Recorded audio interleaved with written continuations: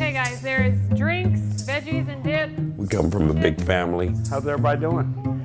All pretty close. Oh, careful, Mom. We're all a very close-knit family. I'm David.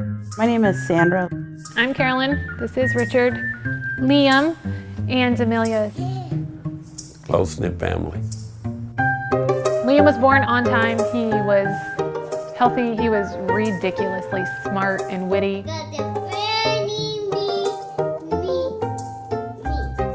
Around 2.5, he started daycare. I was a full-time nurse. When we didn't work, we would have what we called Mommy, Daddy, Liam days. Hey, what are you eating? Barbecue sauce. That was a good story, Mommy. Yeah, it was a good story. Thank you for reading it to me. What's in Mommy's belly? Baby. What are you gonna name him? Millie and Geo and Bob. Well, that's 3 names. Life was carefree. What did you just tell me you could do to help me? Hold him. Hold them, because you're what? Strong. Yes, you are. But you would have never known, still looking at him, that his heart was sick.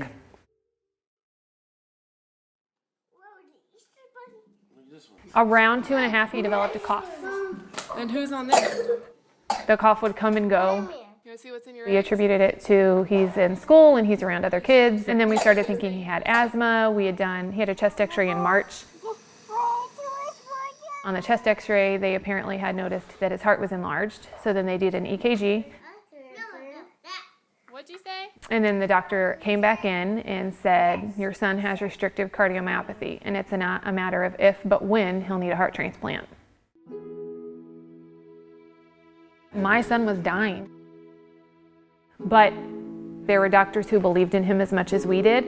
And so when they had their meetings behind closed doors, they were our voice. They were the ones that believed in him and that he would continue to regain and do more. We just had to wait. And then I prayed for it, and then you feel like a horrible person because all you want is your child to live, but you know that somebody else's child has to pass for that to happen.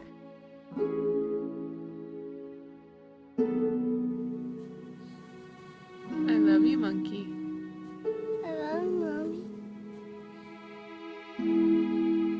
So on February 25th, we come in and his feeds are off, and Dr. Lortz, which is our most favorite doctor ever, comes in with Dr. Ryan, and they said, it's not 100%, anything could change.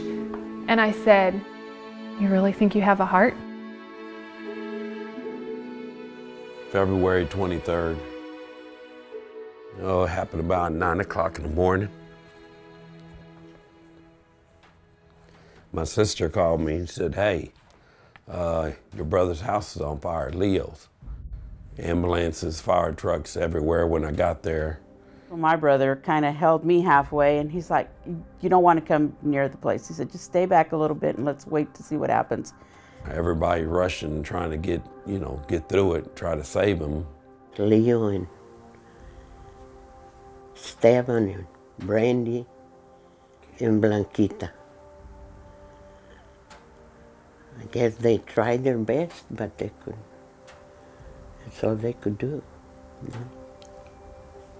It was a little too late, for 4 of them.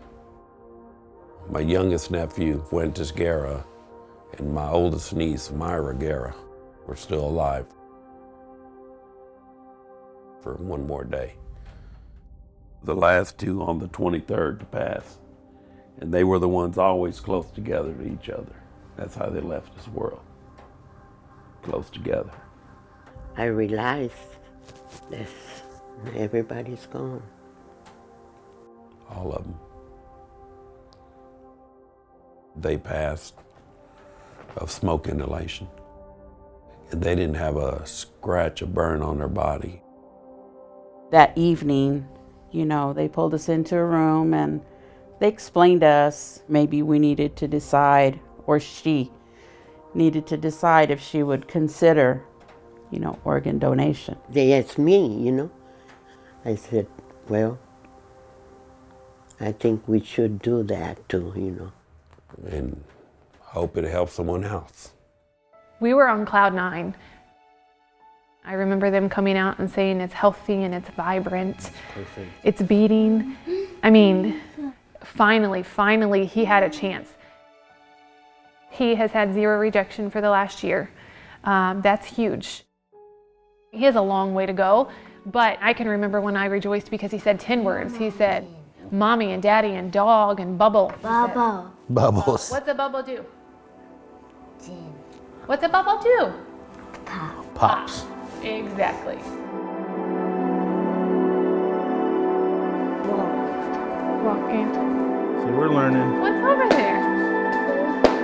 Fish.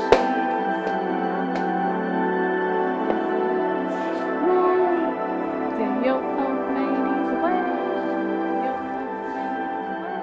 Myself, I throw a lot of darts, and I was at a dart tournament, and a young lady was there, and she says, hey, a friend of mine's son was having a heart transplant in Ohio. It might be, you know, one of your siblings, you know, one of your nephews, you know, heart. Then it was confirmed that, you know, that Liam had got Fuentes' heart. We came home on May 1st. Our friends and family threw a welcome home party for us, and we invited the Guerra family to the welcome home party. He knows who Fuentes is, he recognizes his pictures, but for him to understand that his heartbeat is Fuentes, it's a comfort. It helps. And it helps that, you know, he's progressing too. He's doing great, and it's all because they said yes. If you could help somebody else, why not? You know, see that her son kept living.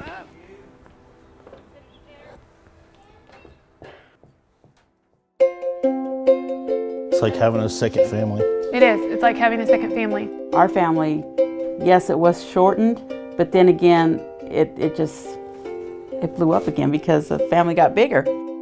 He calls me Guerra. You go with Guerra. Yeah, I'm your grandmother now. I tell her, I'm your grandmother now. It makes me happy. I think it makes us all happy. We are grateful beyond words, and being on the receiving end, we never in a million years could have imagined that our child would need a heart, ever. But because of the selfless gift, because the Guerra said yes in a horrible, horrible time in their situation, our son is alive. If you think about it, there's someone out there waiting, you know, for a second chance at life. Tomorrow's not promised. Our tragedy is somebody's victory. Give him a chance to live, you know. I think it's a whole lot better. Organ donation. It could be a blessing to somebody else. A life you might save. Move away, ready? Watch him. Look at him, buddy. Hey, look up. Up there. Can you see him, Moo? Can you see? Say it's for Leo, and Maria Duvet, and Blanquita, and Esteban, and Miranda, and Fuentes.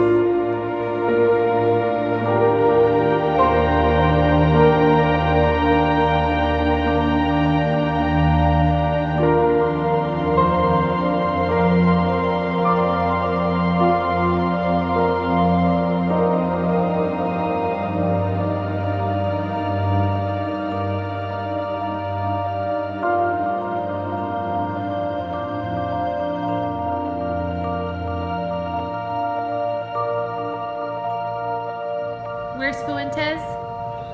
Tell Mama, where's Fuentes? Heartbeat.